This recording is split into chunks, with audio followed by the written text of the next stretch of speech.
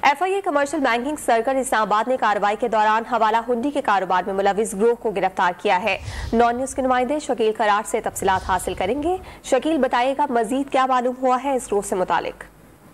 FIA commercial banking circle ने पिंडी में मोहनपुरा में कार्रवाई की है और हवाला हुंडी के हवाले से 5 रुकनी गिरोह गिरफ्तार किया है, जिसमें से 2 का ताल्लुक अफगानिस्तान और 3 का खैबर तहसील से बताया जा रहा है। और इस गिरफ्तारी के दौरान में मुलजमान के जो कब्जे से 2,07,50,000 की जो रकम है हवाला हुंडी की, वो भी बरामद कर ली है। और FIA कमर्शियल बैंकिंग सर्कल ने बाकायदा तौर पर इनके खिलाफ मुकदमा दर्ज कर लिया है, जबकि उसमें हवाला हुंडी में इस्तेमाल होने वाले जो लैपटॉप है, मोबाइल फोन है, चेक बुक्स है, डिपॉजिट स्लिपें हैं और दीगर जो सामान है वो भी कब्जे में ले लिया है। और FIA के मुताबिक ही मुलजमान चाइना और अफगानिस्तान के हवाले से हुंडी हवाला का काम कर रहे थे और लाहौर, फतेहपुर और पिंडी, चौक आजम सखर से जो मुख्तलिफ रकूम इकट्ठी करते थे और बाहर भेजते थे।